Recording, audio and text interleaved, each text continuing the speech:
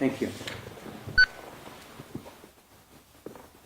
Yeah, we are very concerned with what is now coming out as excessive use of police force in dealing with peaceful demonstrators right across the country.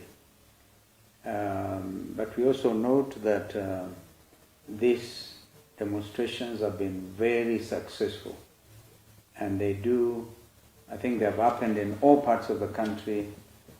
We've seen the Homa Bay demonstrators, we've seen people in Eldoret, in Kericho, and in Mali, the people are never left behind.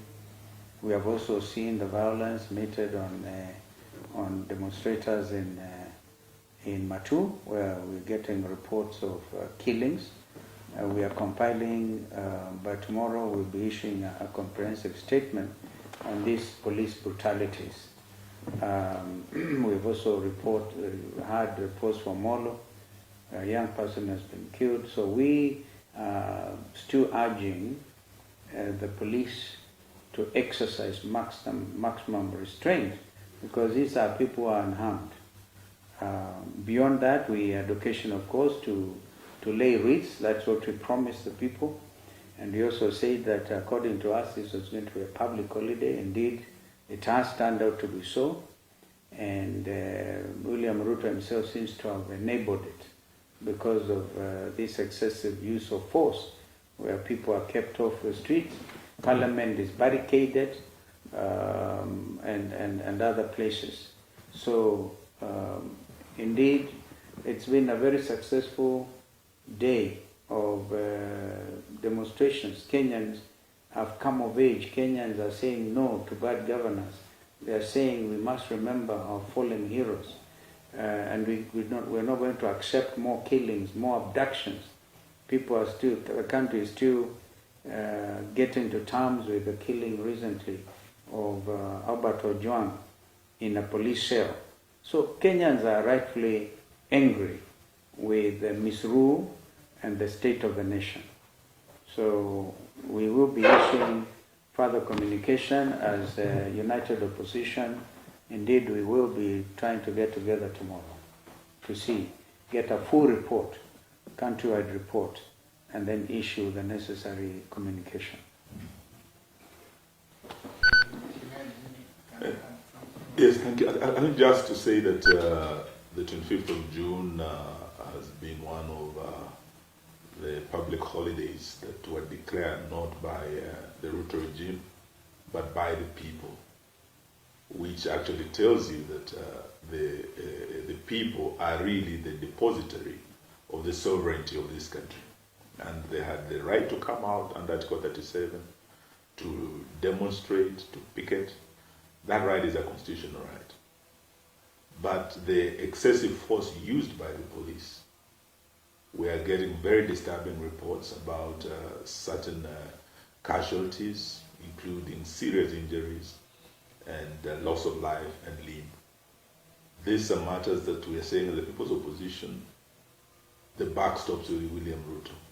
He shed enough blood last year. For him to shed more blood on this day of commemoration is really adding insult to injury. And we will, as the People's Opposition, follow up to ensure that everyone who has been involved in the excessive use of force and any loss of life is held to account individually. Lastly, we also are very concerned about the disturbing reports of intimidation from the Ruto regime of the media. Free media is the cornerstone of our democracy. If you threaten the media, switch off media houses covering the live happenings of events across the country, what are you trying to conceal? What are you trying to hide from the Kenyans and from the rest of the world? We smell a very nefarious scheme that this system, under cover of darkness, want to do what they do best, to harm Kenyans, kill, butcher, arrest, abduct. That is the evil that happens under the cover of darkness. So we will be standing by the media and the Law Society of Kenya in challenging this very tyrannical action taken by the Communication Authority and Ruto's government. Thank you. Indeed, we must add that the right to information is a constitutional right, and Article 35, and the Communications Authority is quoting Articles 33 and 34, and we must remind them that those articles are very clear that the freedom of the press is guaranteed. It cannot therefore be taken arbitrarily under whatever circumstances without a proper consultation on particularly the issue of content. So, as my brother said, we hope the courts are going to have to exercise their minds on this and issue some deterrent measures against William Ruto's administration. We have also received the notice that the Safaricom itself has even given some notice to Safaricom users that they may want to interfere with the internet connectivity. So again, we are very much aware, we remain alert, and fortunately they do not even know we have satellite links and people. So, but of course, the Safaricom does an important job, and this is why we have always suspected they are part of the state capture. If they can be prevailed upon to interfere with undersea cables and make it look like there's some outage under the sea, we would not accept this. Thank you so much, His Excellency. Maybe you can add, you can address, there is an issue, I'm just from Rongai, where a journalist has been beaten up by goons in front of the police, and they are just watching, doing nothing after that information from Communication Authority. So the goons have beaten a journalist? Yes. Why? Under the watch of police after he was recording, Yeah. after that information from the Communication Authority. Is a journalist known? Yes. He's a known person? He's a blogger, actually. A blogger, Yeah. yeah.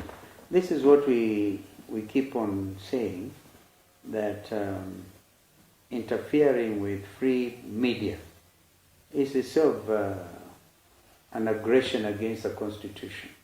And so, as we said earlier on, we hear of reports now about the beating of a journalist in Rongai by goons while the police are watching. So it's not going to be business as usual in this country.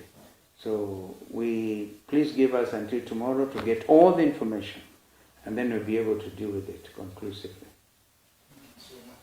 Thank you.